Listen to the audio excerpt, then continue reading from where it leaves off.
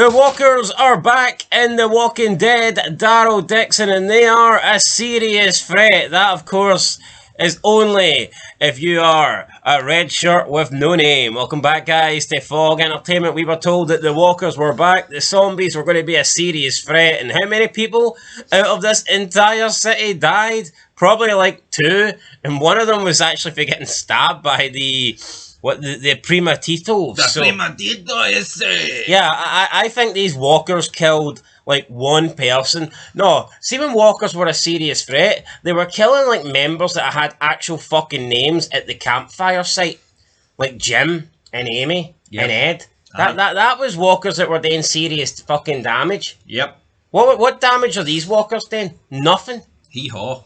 Seriously, it's pathetic why people even at this stage of the game are even hyping them up. Oh, they've got fire on them. Well, who cares? I mean, if Daryl's shooting them from distance, then... It's the location as well. See, in an open area, like an open... It's like open. Like, you've just got this open area where the walkers... It's practically impossible to die from walkers. See, if it was enclosed spaces, like the prison, right? With Herschel, when they were going into the catacombs and all that stuff, that's when you can bring back a fear factor. Seeing a big open plan, man, it doesn't work. No, especially when you've got weapons, long-range weapons, and you don't need to get close. And then because some of them were on fire, these fucking retards lost the ability to fight. It's like, what's the difference? You've still got fucking guns. You've still got melee weapons that are long and don't really require you getting close to the fire. Yeah, I don't know if I'm right or if I'm wrong, but I don't know. This location for this fight just seemed very similar to the location of the Season 2 fight. Yes. Where that French woman dies and Daryl are trapped there. And it's fucking ignorance by these American like producers and directors. They think everywhere in Europe is the exact same. But it's just fucking not. No, you don't think it's different? You don't think they believe that everywhere's different, so therefore, just because they shoot this in Spain, it's going to be different for France, but in reality, it kind of is the same? Well, I think we're going down different paths here, but here, as long as Daryl Dixon... What path are you going down? What path are you going down? I think they're just full of fucking shite, and they believe that in Europe everything's the same. Because this is the exact same fucking thing as France. It is, apart from they speak Spanish. There's no fucking difference. No, but my point is they think it is different, and that's why they're doing it in Spain, but in reality it's the same as Season 2. Well, look, here, maybe they do think it's different, but what we're getting served is the same shit. See the scene, you're right, back in Season 2 when the guy that looks like Brad Bellick, what do you call him? Not a clue. The guy Daryl killed the brother of. When he was running, going ballistic, man, in Season 2, and they were breaking down gates. It's exactly... Car breaks down gates. There's nothing creative, right? It's honestly like they believe that because these Primeritives guys have... Yeah, this is the first time they've broke down a gate. It's not the first time we've seen a gate broken down. I just feel like... Things need to be different. I just feel like it's the same shit happening, but only instead of it happening in France, it's happening in Spain. But that's what we're dealing with here, and it's like you're using all these different European cities, and it's... Why not make it look different? You had London for 5 minutes. Yeah. Would it be too hard to ask if we got Madrid? Barcelona, Valencia, I say. When they said that England was going to take up like the first part of this, like it was going to be in the first part of Season 3 for a small period of time, I thought, alright, that means we're probably going to get England for like at least the first couple of episodes. Yep. No, we get England for about maybe half an hour at the most. But see, they're crap, man. They had an opportunity to make walkers feel dangerous when they're in the Channel Tunnel, because that's an enclosed space. But what did they do? They made this bullshit gas that made them... Can you just say space properly? Space. Space? Well, I don't think... You've said it twice in this review, and it's... Space. No, right? Space. It's my inner Sean Connor. Just say space, mate. It's no... Space. Right. Space. Yeah, I know, but you said it wrong. We don't even mean to say it wrong. Space. Right. Wait, do you want me to say it? You say it then, go ahead. Space. You say fecal then. Go ahead, try your fucking best. Fecal. Fecal. Fecal. Fecal. Fecal. Fecal. Fecal. Is that fecal? Anyway, right. Fucking what's Captain Roberto? He left now. Right. Well, this episode's called La Justice Fronteriza, which is Spanish for border justice, and I guess that our group's going to defend the border. So, is it all right when these Hispanics defend the border? But yeah. So I mean, yeah, defending your border's all right when when you're Latino, or when it's but if you're if you're in the Western world and you've got a shade of white and you're not allowed to defend your borders, you need to let everybody in, apparently. But Solas, they ain't letting anybody in, so we get an attack. First of all, Daryl and Carol, they're repairing Julian's boat. I remember Julian, that guy that was great. Well, not really, but that guy that was a wee bit different for everyone else. They just, kill him off in the first 20 minutes. A decent enough actor as well. You He's know, been in a few things. He's been around the block. Just what's this? A new character with an English accent that talks a load of shite? We'll kill him in 20 minutes to give you the same old crap. Right, so he's dead. Why did he have to die, by the way? I know. Why not have an extra new person that was in Solas apart from just Carol and Daryl? Anyway, they're repairing the boat. That woman says, they don't want to take that away from them, though. They're the only two English-speaking people that are here. Right, so they're going to take Cooper, but Daryl doesn't really want to take Cooper, and then Cooper gets an arrow through the chest, so nobody's taking Cooper. Cooper's done. I mean, let's be honest, if Daryl did take him and they set sails, Cooper would have died anyway. Probably some zombie shark would have jumped up maybe the sailor, the fucking ocean and ate him or something. Maybe the sailor would have rather died at sea, but he still died on the boat, didn't he? Aye, and then they get attacked by some members of the Primitivos, but because you've got Daryl, Carol, they obviously these carnivals or whatever they are, these brutes, these are no match for our two. It's actually hilarious. Like they used the bow and arrow to kill Cooper, but then everyone else they used melee weapons. Yeah, no. what? Because seeing you got a machete, you should really try running at someone for 50 feet away when they're firing like fucking shotguns and rifles and at you. You know what I mean? What sense does that make? And then we get the attack. The Primitivos come and they attack Solas, and they get in and they attack at like noon. And then later on into the evening, like 8 hours later, the fight's still happening. Now, they brought like 4 fucking cars worth of... let's give them the benefit of the doubt and say they had like 50 to 100 people. Which I don't think they had 100. But let's say they did. It wouldn't take 8 hours.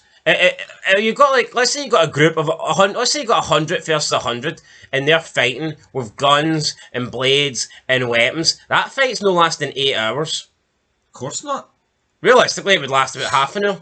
Yeah. At the most, I mean. And you're seeing Daryl and Carol outside the gates, man, fucking taking down half of them anyway. So Daryl somehow gets the upper hand, and he gets behind them, and then he grabs one and just like proceeds to run about 20 feet into the middle of the pack. And it's like, hold on, you've got the element of surprise coming up from behind, but you decide to grab one of these enemies and run into the middle where you're vulnerable and you're at you're wide open from attack from both walkers, the Primitivos, and you could also get shot by your own people at Solas. So what situation would Daryl Dixon need to get in for you to believe he could actually die? None. There's not a chance Daryl Dixon's dying. They've give this guy like Terminator. Yeah, level fucking. I think he's one of the worst characters in Walking Dead history. And I did like him in early seasons, but he's just, I cannot believe what they're doing. Could you imagine though if Daryl Dixon in like Too Far Gone just climbed the prison walls and was fighting like the governor's group 1-on-1? Well, not 1-on-1, 1 on like 40. That's essentially what you've got here. Yeah, and it's like these people had bow and arrows. It's not like everything, but even just factor in melee weapons. They're running past Daryl and Carol, and they're distinctive. They fucking know. They know they all look different. Yeah, they break through the gates with a car, and then instead of any of them attacking Daryl, they just all run past Daryl and run into Solas, and then we get more. Speak American. We get more fights. Federico gets stabbed, and then they finally take down all the Primitivos, but some of the Primitivos put walkers on fire, and then I think somebody got killed for one of them. So I think in total, like 3 people died from the Solas community. 2 were from the Primitivos, and 1 was from walkers. But it's like these Primitivos, look at the numbers that they attacked in, and they only took out like 2 people. Yeah.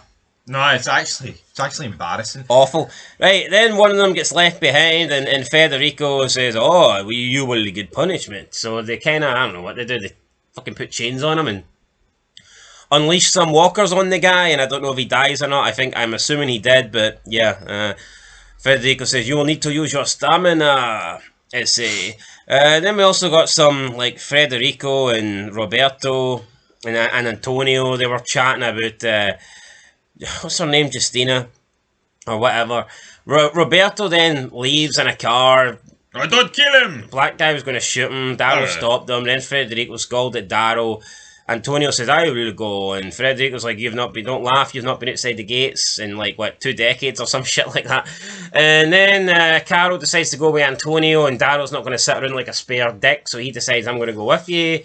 Then they spot this car that has crashed, and Daryl manages to determine, oh, look at this, there was tracks, there's footprints, oh, look at this, it looks like Roberto actually managed to reunite with Justina, but then they were captured after the Jeep crashed. And how did the Jeep crash? Well, I mean, they were probably rammed off the road, I think, by the enemy team, whatever it is, El Alcazar, or whatever they're called. So can we have a conversation about how Daryl can fucking track a car when there was 2 sets of tracks? See, unless he actually studied the Goodyear, the Michelins, the Bridgestone, the fucking actual compound of the tyres. Really? That were on the, yeah, how could he tell? It was a fucking... And even if he can tell, why say there's 2 sets of tracks? Yeah, they can just... having 2 sets of tracks is supposed to be like, oh shit, we need to split up to find them, or we don't know which one to pick. Why say 2 sets of tracks if you know which one it is? Yo, he was an animal tracker, right? He's not a fucking car tracker. Like, no, like, see, like, what in the fuck are we portraying this guy to be? I mean, this guy is a jack of all trades, master of them all. Because what can't this guy do? Yeah, the writing for this guy is fucking unbelievable. Anyway, that was how the episode ended. Why couldn't he find Rick? He looked up. Oh, look, see that tree there? That's been hit by an Apache fucking helicopter. I know. Right, anyway, that's it. Daryl Dixon. I mean, we're getting a 4th season as far as I'm aware. It's like, why? Why? Why? Is it going to be in Spain? I don't know. I hope not. I mean, at this point, I think the 4th season should just be in America. Yeah, I agree. Or it needs to end with them getting back to America at the bare fucking minimum, man. Yeah, I don't really know. The ratings, though, really poor. They're a 0.198, so you're getting under 200,000 people watching this, and why not? Like, you used to get like 15, 16 million, so you just talk about the drop-off of The Walking Dead is actually insane. No, there will never be another drop-off in a TV show like this. Like, not only is the quality went, the fan base is more than went. And I know there's some shows that went like ridiculously long, and like Supernatural's one of them, but I would be very shocked if the Supernatural ratings have declined as bad as these ratings. No, absolutely. And I would say another thing with these shows, right? I look at other shows that bring them back with prequels or sequels. I would say there's a good chance that there's people that would actually watch them that have never watched the original. There is not one fucking person that would watch this that's not seen the original Walking Dead. You can't. Yeah, I don't think so. You cannot be watching this without already watching it. The only reason you would watch this is because you've got some sort of loyalty to the original Walking Dead and the actual the lore and the fan base and the franchise. It's like you look at like Mayans, House of the Dragon, Better Call Saul, like Dexter Resurrection. I'm willing to bet there's loads of people, man, that have watched that without watching the original. You can't do it with this. Yeah, I would agree, because like with those shows, I mean, the original was out maybe a decade ago, and I think enough time has passed. It's new. And it's exciting. This is just shite. And I'm not saying this is not like... I'm not saying the Walking Dead's been over for... It's just that there's nothing... Yeah, you're right. There's just nothing new here. These shows are living off the original franchise. For real. These shows are bogging. They are here because they simply don't want to say goodbye to a cash cow. Norman Reedus and what do you call her in real life? Melissa McBride. They've got fuck all else. I think that, honestly, for me, I think you could have done spin-offs, but I believe these should all be in one season only. And I think the only one that I would justify giving more than one season is the one that they only gave one season to. Rick. And the Rick spin-off, because I just think, like, I think that had more legs. Maybe they wanted to give it 2 seasons and they've seen how bad Rick Jr.'s acting was and went, fuck that, we'll pull the plug straight on that. Yeah, but I just feel like the Rick thing, it was a little bit rushed in the end. And I think you could have definitely did more with the CMR or whatever, or CRM, whatever they're called. So yeah, Daryl. No, but listen, do you not think these two shows, the Daryl show and like Dead City? I know we've watched them, and it's hard to say with hindsight. But do you not think like if they actually just went for like one season and they gave you like fucking no filler, all killer, then they could have maybe delivered a good one season. No, I totally agree because why? But why they've done this? It's just simply to milk money at this fucking franchise. See, if it was me, I no, but they genuinely believe right in their head that people like Carol and Maggie and Daryl are too big. They feel like you're getting to season 10 and like, oh, they're too big to have in the one show. I would have. I would have had them be one season each, and with the Dead City, I would have pretty much fucking said from the beginning if I was a show writer, either Maggie or Negan's going to die. Yes, yes. And confirm it that one of them's going to die, one's going to kill the other, bang. Then you know what I mean, it makes it worthwhile tuning in. But now we're getting into a third season, and they're all friends. And I mean, who the fuck is Glenn at this point? No, Glenn, who's that guy? Yeah, and what the worst thing is with the Glenn stuff, it's like Maggie's clearly not over it, but she's not allowed to do anything about it. Yeah, and it's just dragging on, and it's crap. But we're not going to let this review drag on anymore. I'm going to give it I know, but see, you look at TV shows, right, where they've done like someone's killed someone or done something heinous. They might forgive them, but then there comes a point where it's like unforgivable. Yeah, and what Negan done was unforgivable. I'm giving it a 2 out of 10. Honestly, I didn't like the whole fight scene. I thought it was retarded. It lasted way too long. And see, I just hate fight scenes where it's like hundreds of people die on one side, but only like a handful of people die on the other. That ruins it for me. Yeah, when I think you could clearly see that the side that lost everyone were the way more capable fighters. Yeah, anyway, I'm giving it a 2. I will give it a 2 out of 10 as well. 2 out of 10, guys. That's it. We'll be back. 3 more episodes to go. Can't wait till this shit's over. Till next time. Peace.